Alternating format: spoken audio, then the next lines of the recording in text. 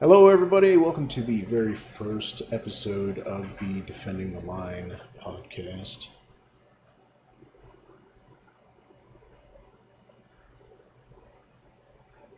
Let's go ahead and unmute myself on Discord now. My name is TJ, and I'm going to be your host for this podcast. This will be a weekly podcast on every Friday. We will start at 10 p.m. Eastern, and we'll run for about an hour. If this turns out and starts becoming a big thing, we may go to 2 hours, we may go to twice a week. We'll see. Basically, how and what this podcast is I was a law enforcement officer for the last 14 years. Law enforcement in general is very important to me. EMS, fire, all these people on the front lines are really important to me. Military as well.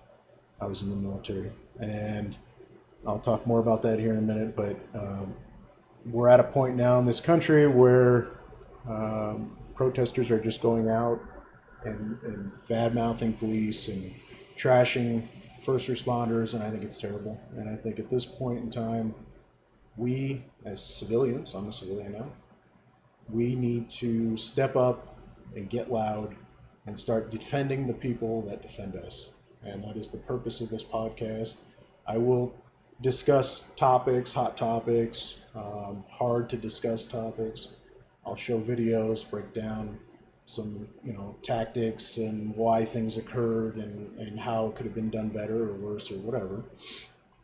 And I will do my best to present law enforcement, first responders, everybody in a positive light. But I want to remain as neutral as I possibly can, because I think every person in media and these different podcasts and things, they have an agenda. And I think the agenda gets in the way. I think it's problematic, and I don't think we're going to solve any issues by having that agenda. And so the point is to try and be as neutral as I possibly can, understanding that there's good and there's bad in every profession and in first responders as a whole. So this podcast will run on Twitch for now. It may eventually move to another platform, iHeartRadio or Pandora or something like that. Once the podcast is completed, it'll be uploaded to YouTube, and you'll have an opportunity to download it and view it again there. This channel is not an affiliate. This channel is not a partner for Twitch, and I can't maintain the record of the video for more than a couple days, so I will upload it to YouTube. That link will be available on the Twitter account for Defending the Line. You can find that at Defending the LN Line on Twitter. I will post up there a direct link to the YouTube channel, to the direct video for the episode, and you'll be able to download it. I'd give it about a day or so for the upload. So talking about, let's see here. Oh, rules. We got to cover the rules. So the way things are going to work here is myself, possibly a co-host, possibly guests will come on here and speak about topics and different things pertaining to first responders. We will try to keep it as clean as possible. As you're coming into this channel and viewing the stream, it would have already told you that this is kind of an adult-oriented channel. I will try and refrain from cursing as much as I possibly can. There will be no adult content posted.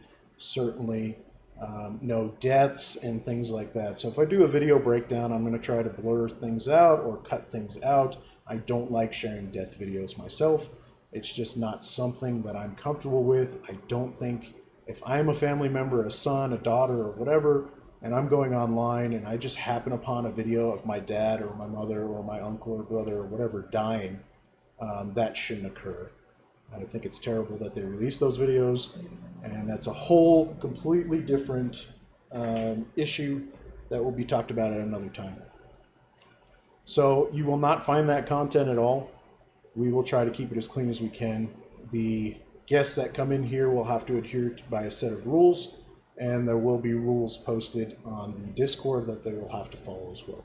If you want to join in the conversation later on in the podcast, you will have an opportunity to join us in Discord, which is down below at the bottom of the channel. You can click on a little link. It'll open up the Discord server. You will have to register, join the server, and you will be given the opportunity to speak with us, with myself or a co-host or a guest, directly, live, and as we're talking now, they'll be able to speak. So the Discord is very important. I will show that Discord later on in the podcast in a few minutes, just to show you what it looks like, where to go, and how that works. The Twitter itself, make sure you follow, is also down at the bottom of this channel. You'll see a link. There's a kind of like latest tweets. You can click on that. It'll go straight to the Twitter page, and you can follow me there.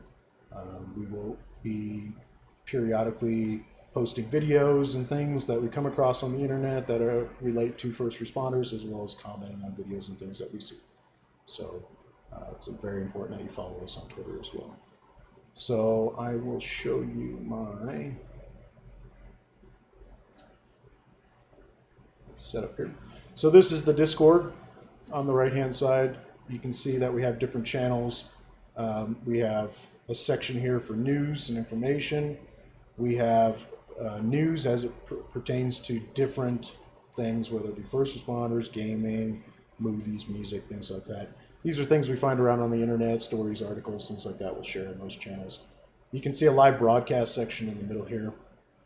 This viewer discussions channel is for you to go in and just type chat.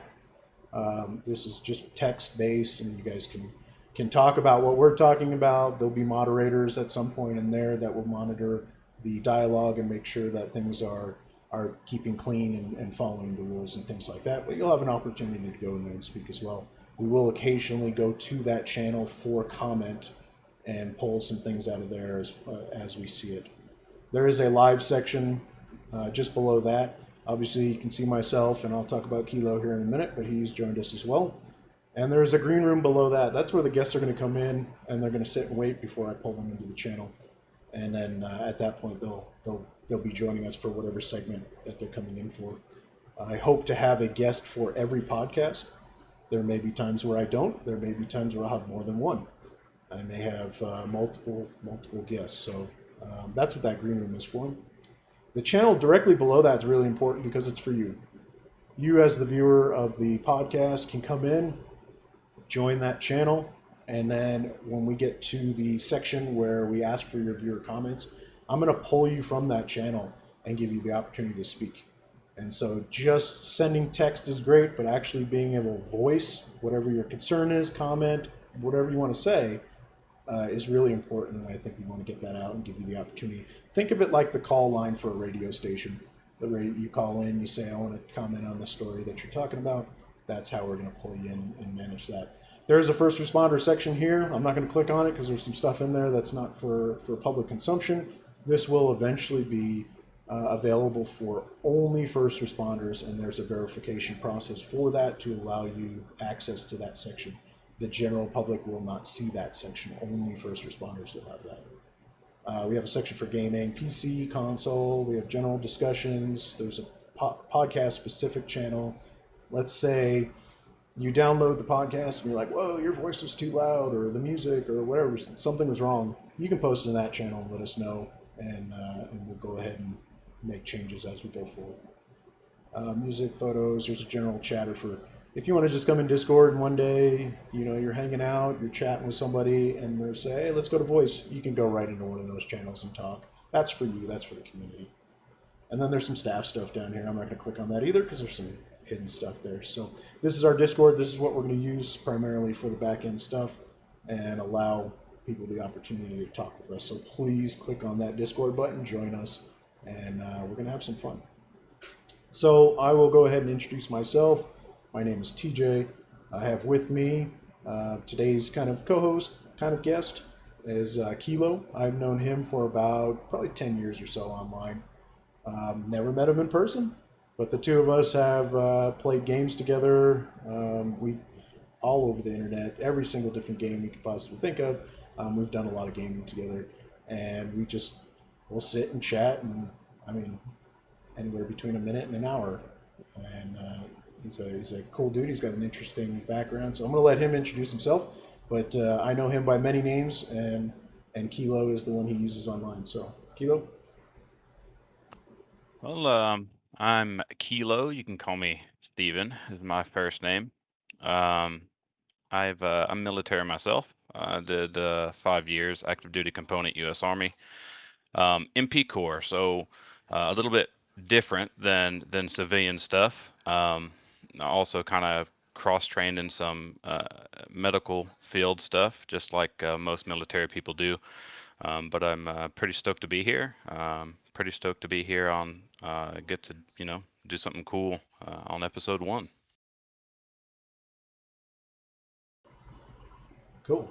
So I'm glad to have you here. Obviously, we go back quite a ways, so we both know each other pretty well. You know, kind of my approach and my stance on a lot of topics that we've talked about. So it should be interesting to see how the rest of the podcast goes. And if you're going to join us in the future, it'll be interesting to see where that goes as well. So, my background again, my name is TJ. I was a police officer for the last 14 years. The first department that I served in was the Denver Police Department. That was from 2005 to 2017. And after that, I joined a reserve unit for about a year, worked my way up to captain. And then from there, I went back to full time policing, paid policing, because the reserve was unpaid. And I joined the Commerce City Police Department in Colorado here. I was there for about a year, and then I changed careers. I think there's a lot of things that factored into that. Um, I think the biggest thing that really impacted my career decision, my determination to change, was going down one day and talking to my son and not realizing, what his favorite stuff is.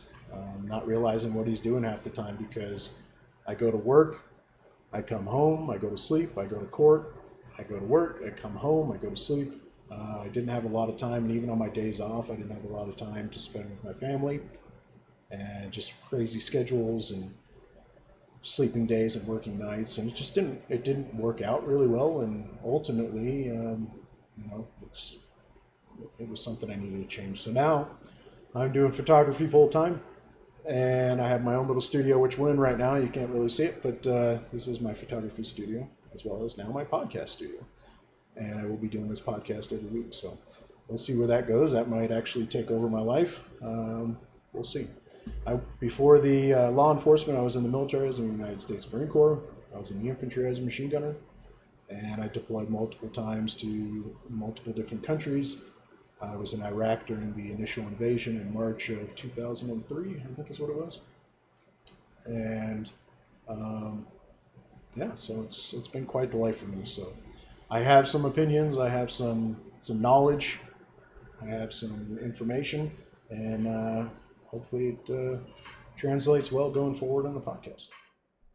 So the first kind of topic I wanted to hit on, um, and we'll show a video after this, after kind of talking about it, is something that has always been the case. It's always been talked about. It's always been protested. It's always been an issue. And Kilo, you could chime in whenever you want if you've heard things or seen things that correlate with what I'm talking about. But the big complaint is officers kill too many people, and the Black Lives Matter movement and all these things are started because they believe that people are being killed, especially unarmed or specifically unarmed. And I'm here to tell you that's just not the case. And what I want to do is I want to go ahead and transition over to my Twitter page here. This is my personal Twitter page where I have the statistics actually posted. And what you can do is break it down yourself. You can go online, you can go to my account here, and you can pull up these three sources that I posted links to, and the links will give you the numbers and everything else, and you can punch them yourself, and you can look into all this stuff and understand a little bit more where law enforcement, specifically law enforcement, is coming from.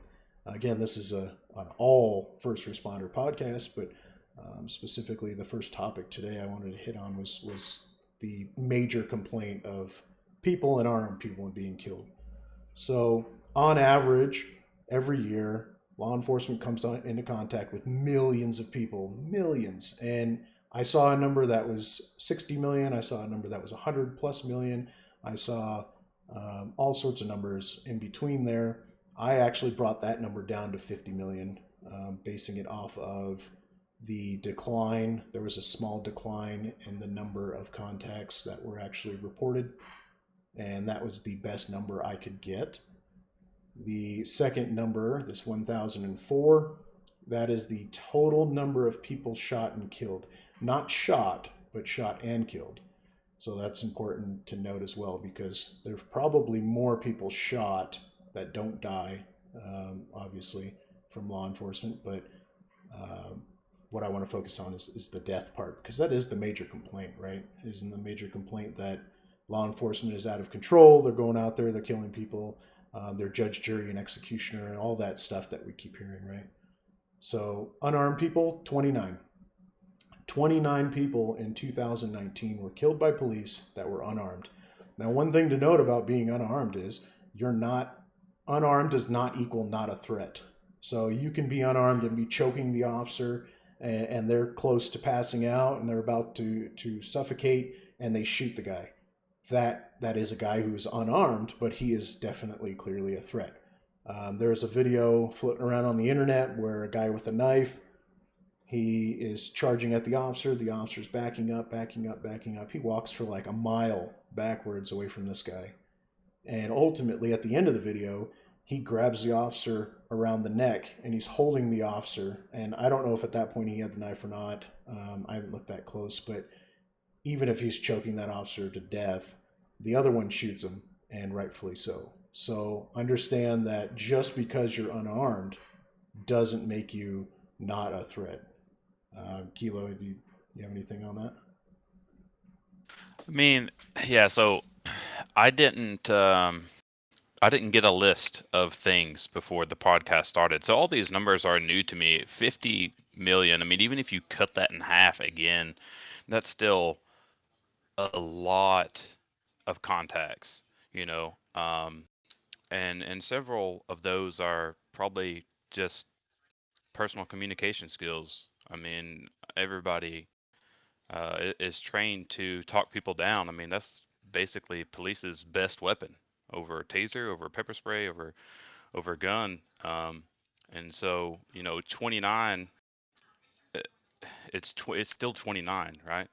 Um, the best thing would to see it to be zero, of course, but um, like you're saying, I mean, just because you don't have a weapon doesn't mean you can't kill somebody. I mean, it's still dangerous, still extremely dangerous. Even, um, I mean, you got people that they could be on drugs. They could be, when that adrenaline's going, people do crazy stuff. It doesn't matter if they got a weapon or not.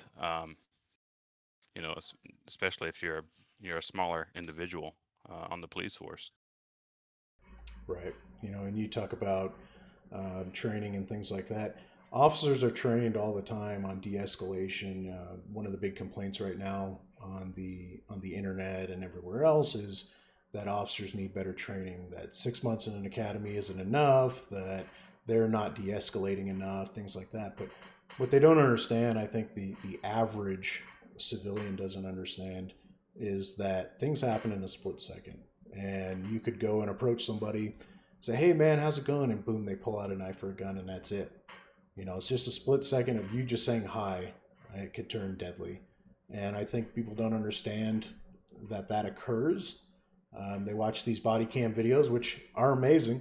I carried a body cam for many years, and they were absolutely amazing. They watch this 5, 10, 15-second clip, and they think they've got it figured out. And then it comes down later that, oh, actually, there's this video and this video and this video that show this guy just stabbed 12 people, and he's actually got the knife behind the back of his leg. But in the 5, 10, 15-second clip, you see his hand and you think he's unarmed. And that's just not the case. And I think there's a lot of confusion there.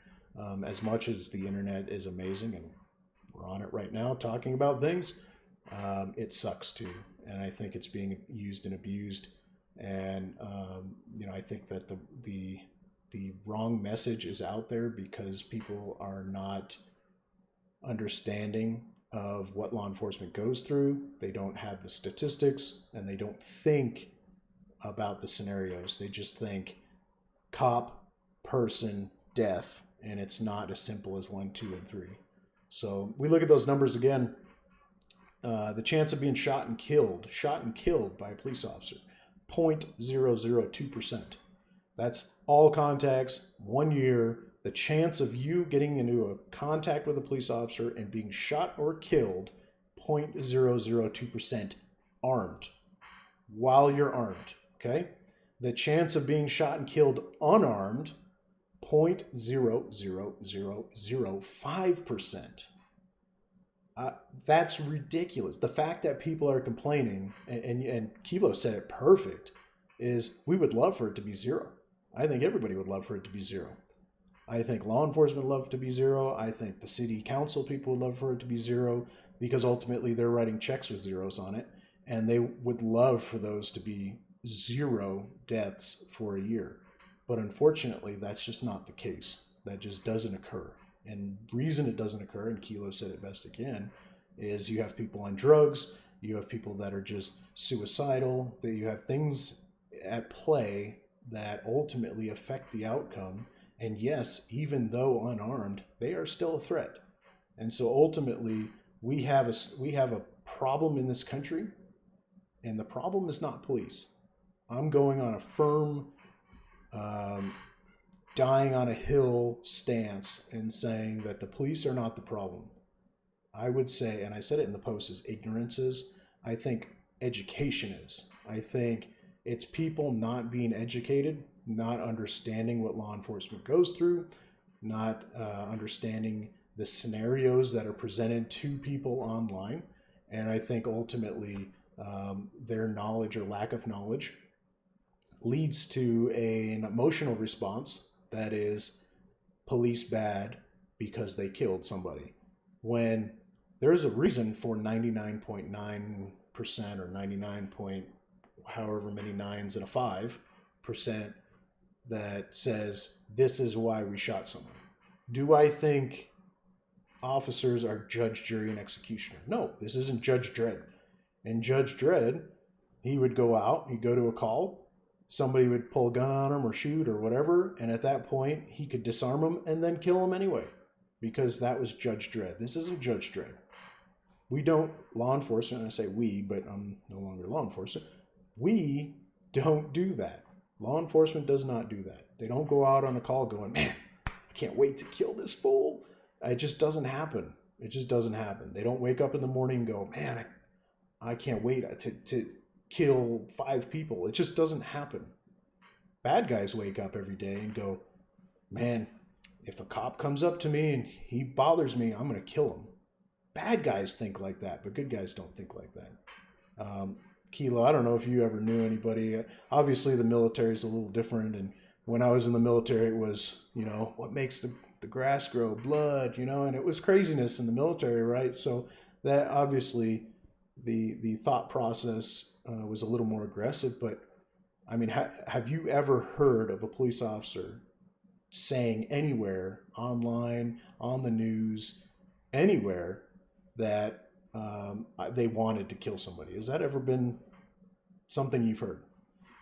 I mean, absolutely not. I mean, even in the MP Corps, I did a tour in Iraq, and even after coming back, and you still have that, adrenaline that you cannot find anywhere but war, and only veterans are going to understand what I'm talking about. Even after that, going back to garrison and going back to police work, where you're back from war and now you're just pulling people over, or maybe you're at the gate, um, and it's not just civilians that you're protecting. I mean, you have trained soldiers, and it's no, um, I mean, basically everybody knows that soldiers drink. When you get alcohol and people are trained, you have to take that seriously. And even with that, I mean, there's never one day any of my battle buddies were like, you know what, we're just gonna go out and mess somebody up today. That's just the plan. Never. Um, and actually, we liked it to be boring. We wanted to have a calm night. That's what we wanted. We didn't want to have to go break up fights, or go to the domestics or, pull people over. I mean, the quiet nights was kind of nice. It means that the community on post was getting along. And it's funny you should mention that because civilian law enforcement is exactly the same way.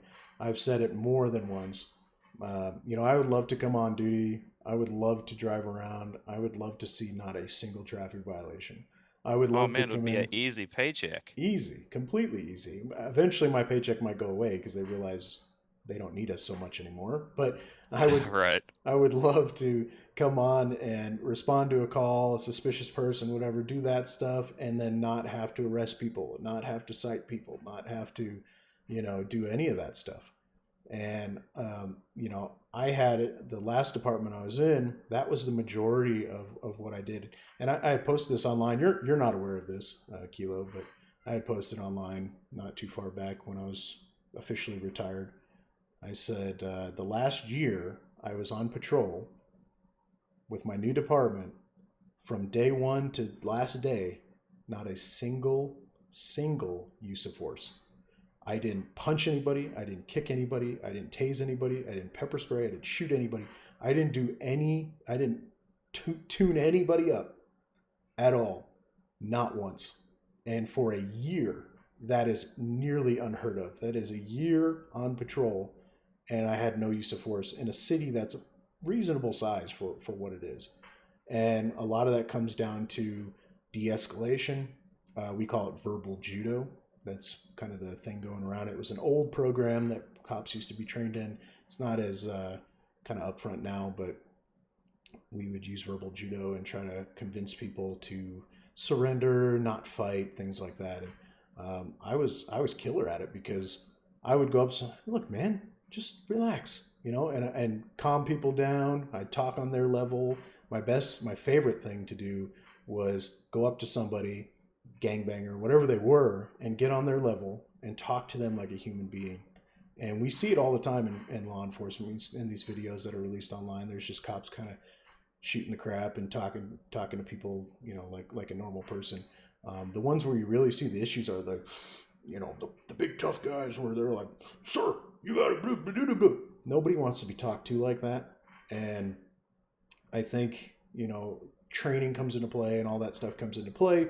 That ultimately makes a good scenario. And I was proud of myself for 1 year, one whole year, I've never gotten any use of force. And I think that plays heavily into my next point is you have on law enforcement, in paramedics, in fire, lawyers, doctors, whatever profession, insert every profession here, you have good and you have bad people.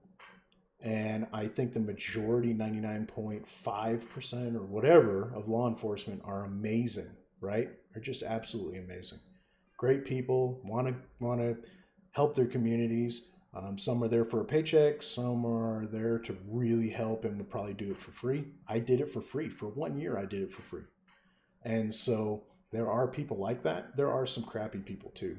There are guys that come in and they just have crappy attitudes and they go into a situation and make it worse. I knew an officer, he was a sergeant. Every time he showed up, he escalated things and he made things worse. And ultimately, we had to kind of get him to go away, and make scenarios a little more safer for us. And so I think we have these people that we need to weed out. We got to get rid of them. There is a system in place for that. One of the major complaints online is that cops don't get fired. And I can tell you right now, they get fired all the time. All the time they get fired. You just don't hear about it. And generally speaking, you don't hear about it because it looks bad. Okay? Let's be real. Okay? A guy who sexually assaults somebody or whatever, they're going to fire him and get rid of him. And only reason that will ever see the news is somebody picked up on it and put two and two together and realized this was a cop. Otherwise, it just happens and they go away. And they just don't want to make a big spectacle of it. That's why you never see it. And I don't think we need to make a spectacle of it.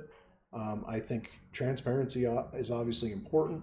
And I think if we get out there and we say that, we got rid of 5 cops this year or whatever for XYZ, and I know my first department did that. They had a breakdown and they would say this many officers were given complaints, this many officers were found at fault or whatever it is. This many officers were fired. I think that's great. Get it out there, put it out there. I don't think we need to make a big spectacle of it in any profession. I don't think we need to. I'm not saying just first responders, but understand that people are getting fired. And one of the other major complaints that I've seen recently is unions. Unions are too powerful. They need to go away, and they are protecting officers. And I can tell you from experience, not getting in trouble because I was actually pretty straight arrow, but I could tell you the unions have no control. If the department wants to fire somebody and has a legal and reasonable ground to do it, they will, and they have, and they will continue to. What the unions are really powerful for is going in and trying to negotiate for pay raises, trying to negotiate for vacation days, trying to negotiate for things for the officers or policy changes or things like that. You're not going to see a union that's going to ruin itself to save a bad cop. They're going to realize we have a legal obligation to kind of help this person, and some unions provide lawyers and things like that, so they have a legal obligation to do that. But they're like, ooh, dude, you screwed up, and we don't want to be really in front of you, and they may not be. So understand that the unions are not as powerful and mighty as you think. Kilo can attest to it. In the military, we didn't have anything like that. We had the UCMJ. No, man, that would have been nice. Yeah. So you get in trouble, you're in trouble. You go see you do your court martial, or you do whatever the process was. Sometimes it's just to your captain or whatever it is. And there was no defense. There was literally nothing. And so understand that the system that we have now is pretty amazing when you actually get into it, you fully understand, and you educate yourself on how it works. I'm here to help you do that. Other guests that I might bring on might have things that they want to add as well. We might have some viewer comments that come in. I don't anticipate there being a lot of viewers today because it's episode 1. But as we go on, this kind of topic may pop back up again, and understand that people will have some input on that. So let's move on to this video. Is pretty amazing. It kind of goes into the stuff that we just talked about. This is a video that I found online.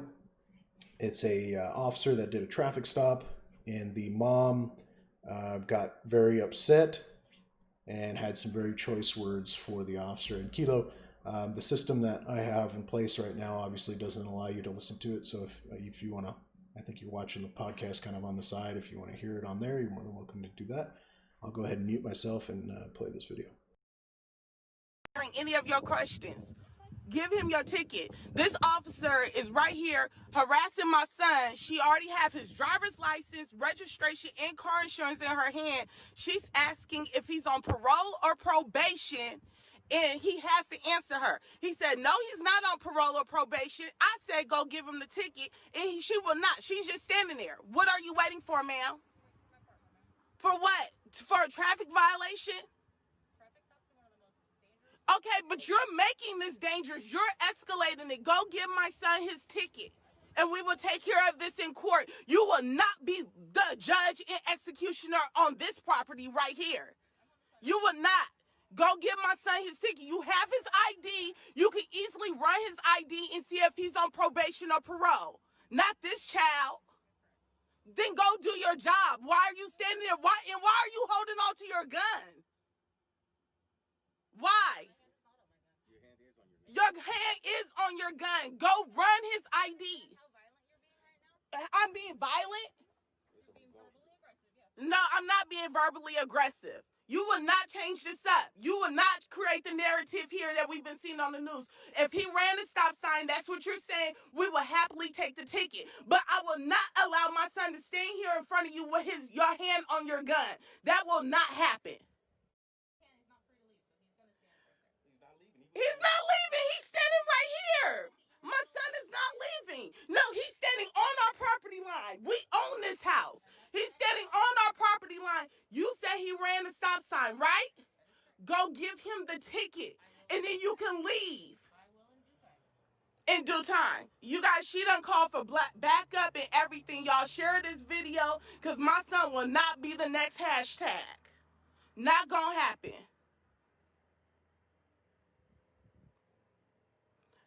If you're not gonna give him the ticket, we're not gonna stay out here. Then go give him the ticket. Oh my goodness. Mama angry. That's the angry bear right there. So here's the thing, guys. I love this video because, number one, it shows what officers go through on a day-to-day, and this is day-to-day. I went through this all the time, and this is where that verbal judo stuff that I was talking about came from. You know, it's de-escalating and talking to people like a human being and like on their level. There's no getting on this level. Okay, so as far as this video is concerned, this lady was completely out of control. Note, okay, I want everybody to be perfectly clear on this. Okay, please note that you do not control the traffic stop. You don't get to decide what's done. You don't get to have a say. You don't get to say he won't stand here for this. He won't stand there for that. Yes, he will. The law enforcement officer will dictate what happens with this traffic stop.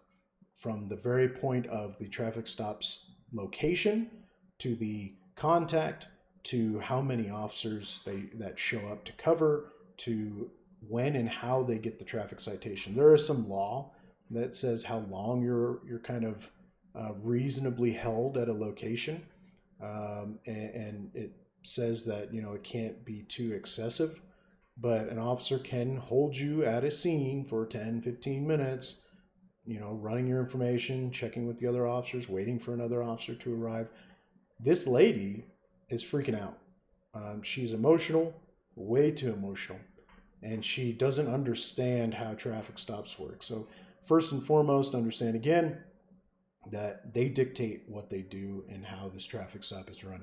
I have no idea why this kid or adult or whatever he is out of, because we only see him really briefly. We don't know why he's out of the vehicle. Number one, you're not getting out of the vehicle. If you get stopped by police, keep your hands on the steering wheel, keep your doors closed, roll down your window, and sit there. And we will come up, or law enforcement will come up, talk to you, start the traffic stop, do all that stuff. And they'll tell you what to do. If they want you to pull off the road, if they want you to turn a corner, if they want you to turn your engine off, if they want to do all this stuff, they're going to tell you what they want you to do. And then it is in your best interest to do exactly what they say. I have no idea why the guy is out of the vehicle, but he is. I don't know why mom is there, but she is. And that does happen. Sometimes people call and text and say, hey, I just got pulled over, I'm over here. And then family shows up, and I've dealt with that a lot.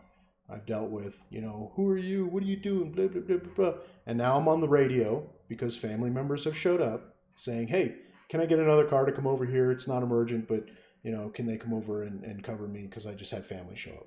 Or he was following another car and the other car is pulled over. Can you send me a second car? I don't know what's going on. So understand that she, I believe, female officer, is waiting for a cover officer to arrive, and that is completely fine. I wouldn't show him the ticket either, because let's say the ticket is 12 points and $1,000 fine or whatever it is. I show him the ticket, he gets enraged and starts beating on me. And now I have the family there and they're beating on me. And now, you know, we're in a different situation.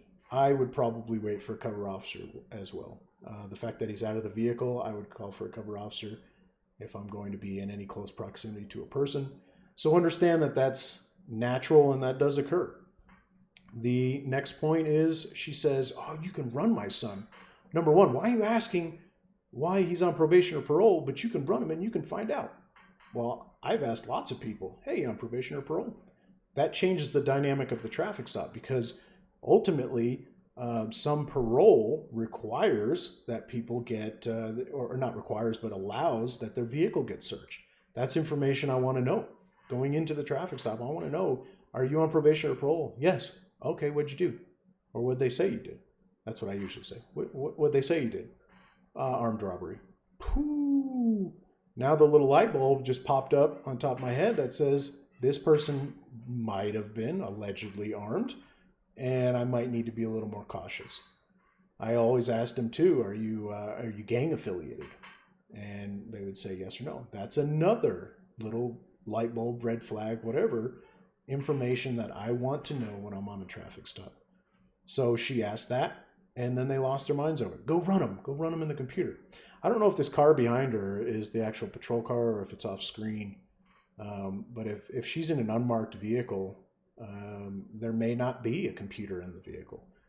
Her only means of running somebody might be through dispatch, and obviously she doesn't want to be on a radio like this while there's a screaming, person next to the window yelling at her. So, or head down looking at a computer when two people are standing outside of her vehicle. So she may not want to go run him, or which happened many times for me, and is probably one of the most irritating, frustrating things in law enforcement, is things just don't work. I run somebody, name, birthday, enter, nothing comes back. Minute, 5 minutes, 20 minutes later, still nothing comes back because the stupid computer crashed, it locked up, the internet died, whatever it is. I have no functionality to do that. Can I go to the dispatcher and ask them to do it? Sometimes. Sometimes the whole system's down. They don't realize this, and this may be too much inside information, but sometimes I do updates on systems in the middle of the night or in the middle of the day or whatever, and they go to do something on the computer and it's shut down. The whole system's shut down. And so they get on the radio, hey, dispatch, can you clear this person or whatever? No, because the whole system's down for them too. So understand that she may not have had the option to run him, and asking him that question is perfectly fine and legal. And I'm not entirely sure if at the beginning of the video she says that he had to tell her. I'd be curious to see what that wording was when she asked for that information, because you don't have to, but it's good information, I believe. I don't believe you have to, but it's good information to give. What you have to do is, if you are on probation or parole, you're going to have to go tell that probation or parole officer that you were in contact with law enforcement, give them the law enforcement officer's name and information, and there may be some discussion in the background between the probation and parole officer and the law enforcement officer. What passengers did they have in the vehicle? Are those gang members? They're not allowed to be with gang members. It's all part of their probation or parole. Whatever it is, that stuff might come into play. So I don't believe, I'll have to look that one up. I don't believe you have to give that information. But that's here in Colorado. I don't ever remember somebody saying that they weren't going to tell me and me demanding that information. But states are different. Different states have different laws. So that's entirely possible. So don't entirely quote me on that. But I think the officer did great. I think the officer, was patient, was calm. The big complaint. Oh, hand on the gun. More often than not, I had one hand in front of me and I had one hand kind of towards my gun. It was just my natural stance. I'm bladed away like she was in the video. I'm bladed away from the person. And actually my hand on the front was holding a knife, because I had a knife in my belt and it was sticking up behind my magazines, so that if somebody jumped on me, it was a fixed blade, I could pull that out and use it. Never had to. But it was there, and it was a close quarters option. If somebody went for my gun and they had hands on my gun, I could go to the knife. I could go to the blade. The gun, I had my hand in such a way that it wasn't necessarily seated on the gun itself, but it was kind of on the holster, which is kind of what she had there. And I was able to rock my hand, pull my gun up, and I tested it on the range many, many times, really, really fast. So if somebody got on me, number one, my offhand is on my belt away from the gun, so that when I rock it up and I go to fire, I'm not going to shoot my hand off. And I'm able to transition to that pistol pretty quick. So if you come up to me screaming and yelling and, why are you doing this? And what are you doing that? And obviously we don't know what happened before the video started, right? We never do. But something occurred that she decided she would start recording. My hand would be somewhere near my gun as well. A lot of guys will have the vests and they'll stand like this, and it drives me freaking crazy. Don't do that. Unless you got a gun up there, don't do that. A lot of guys will put their hands in their vests, like through the arms, you're just asking to be punched in the face, stabbed, shot, killed, something. So please don't do that kind of stuff. That drives me crazy. But I would do that when I'm away, kind of on my own with the guys, and we're just kind of ladies, and we're just talking.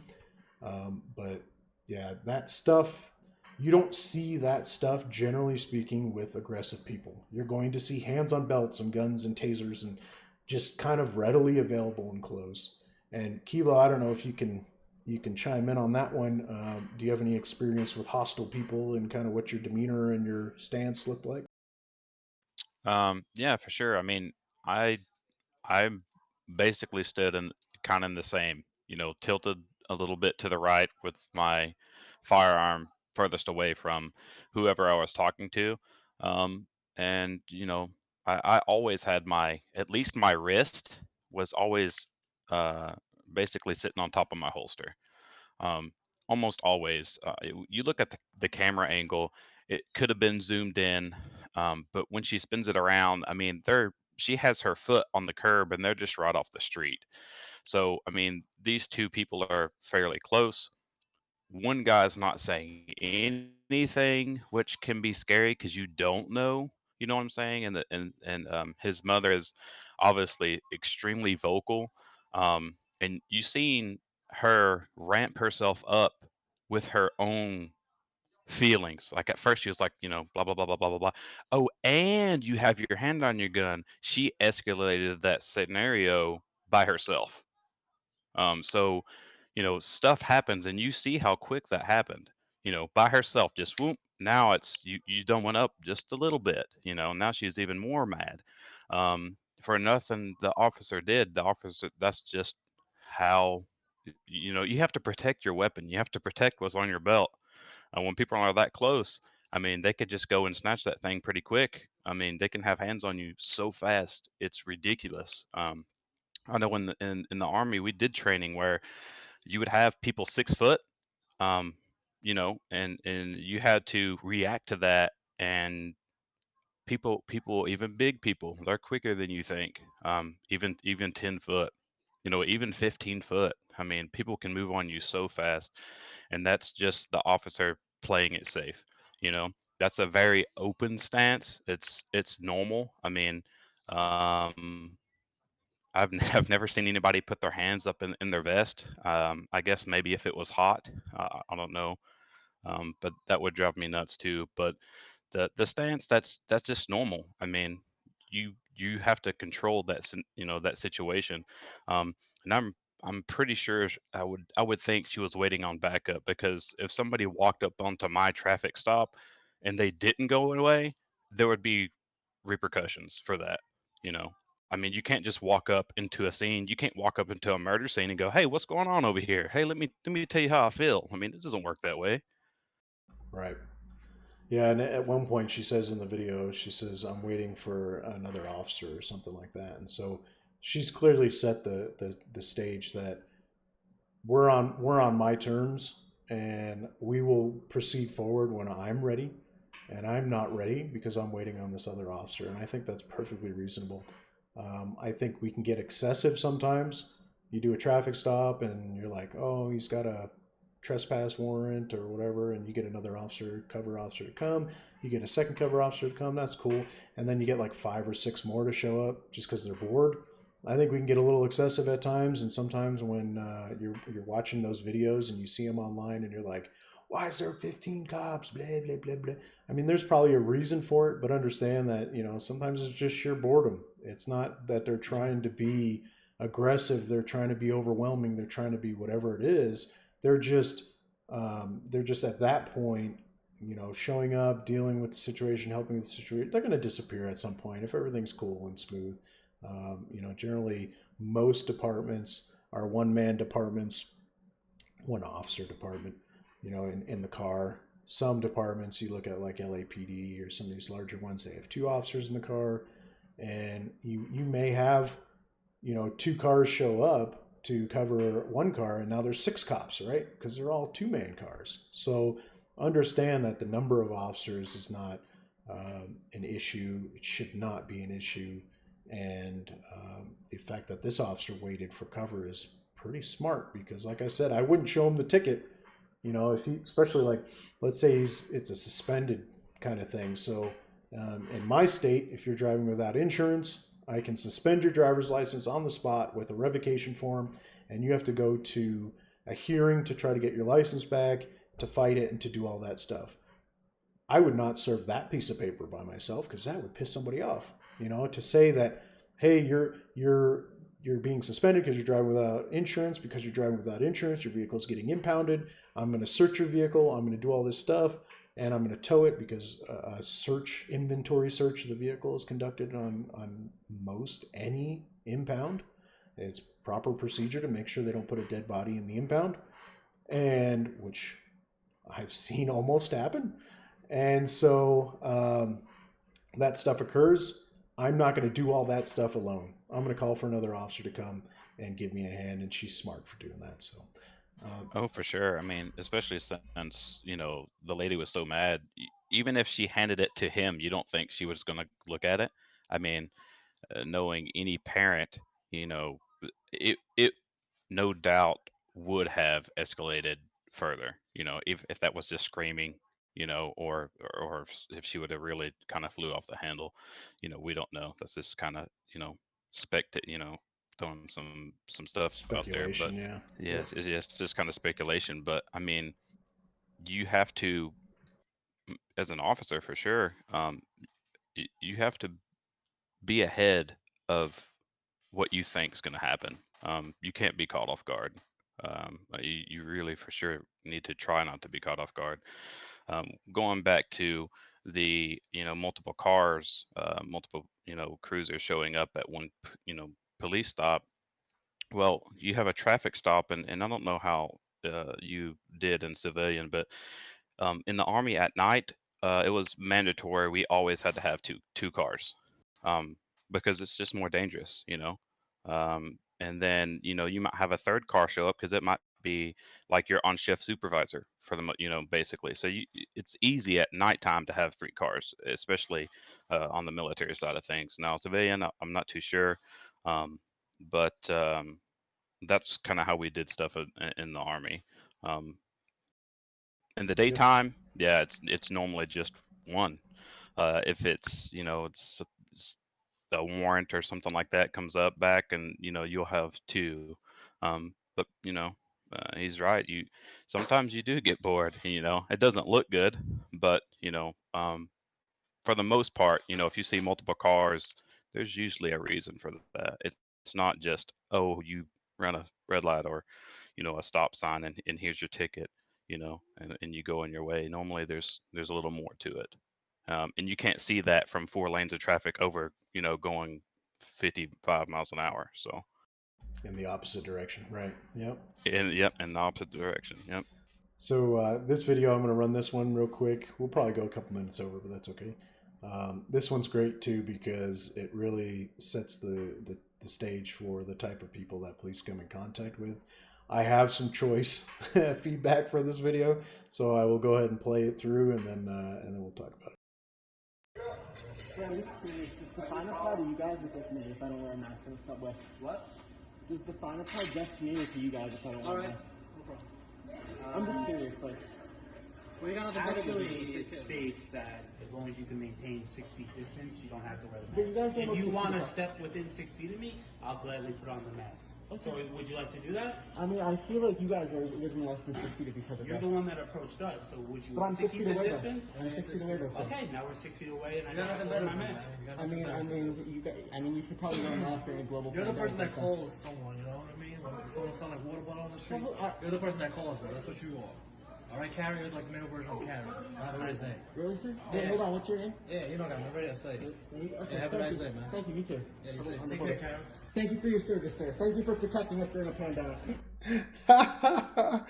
You're like the male version of Karen. I love that video. It's amazing, and it was so stupid at the same time. And by stupid, I mean the guy recording it, but also the officer. I think it's hilarious, and I think a lot of people will defend the officer. Obviously, this guy is one of those that wants to get online. He wants to get the 5 seconds of fame. He wants to be, you know, that next, oh my goodness video. but I think he got played pretty well by the officer. But is it professional to call somebody a Karen and tell them goodbye, Karen? No, no. Obviously, that officer probably should have kept his cool a little bit. He looked like he was cool. He looked like he was handling everything pretty well. But you could tell he was frustrated. He was annoyed by this guy, and obviously went so far as to call him Karen, which, again, hilarious, but I wouldn't have done that. That's just me, and obviously other people will have different opinions, and I've watched this video probably 12, 15 times online. It's been passed around Twitter, and everybody that I've seen posting to it thinks it's hilarious. I think that these types of people are what's wrong, because you see them, they always go up and they try to push buttons. And you're getting guys doing this, which they start going too far, they start getting, over the boundaries and things like that, and then they get arrested and it just looks bad. And that's what they're going for. That's what they're trying to accomplish. And that's what occurred here. The guy thought he'd be funny, and it didn't quite work out for him. So that's going to be basically it for the podcast. I did not see any viewer discussions or comments in chat. I don't see anything on Discord, so we're not going to pull anybody in, which is why we're kind of rolling through that portion, that segment of this. But please, please, please, if you're viewing this now, as the first time, the second time, whenever down the road you're watching this episode and you want to participate with us, please join our Discord. Please come in here and I will pull you into the channel, whether you hate my guts and you think all cops are bastards or whatever.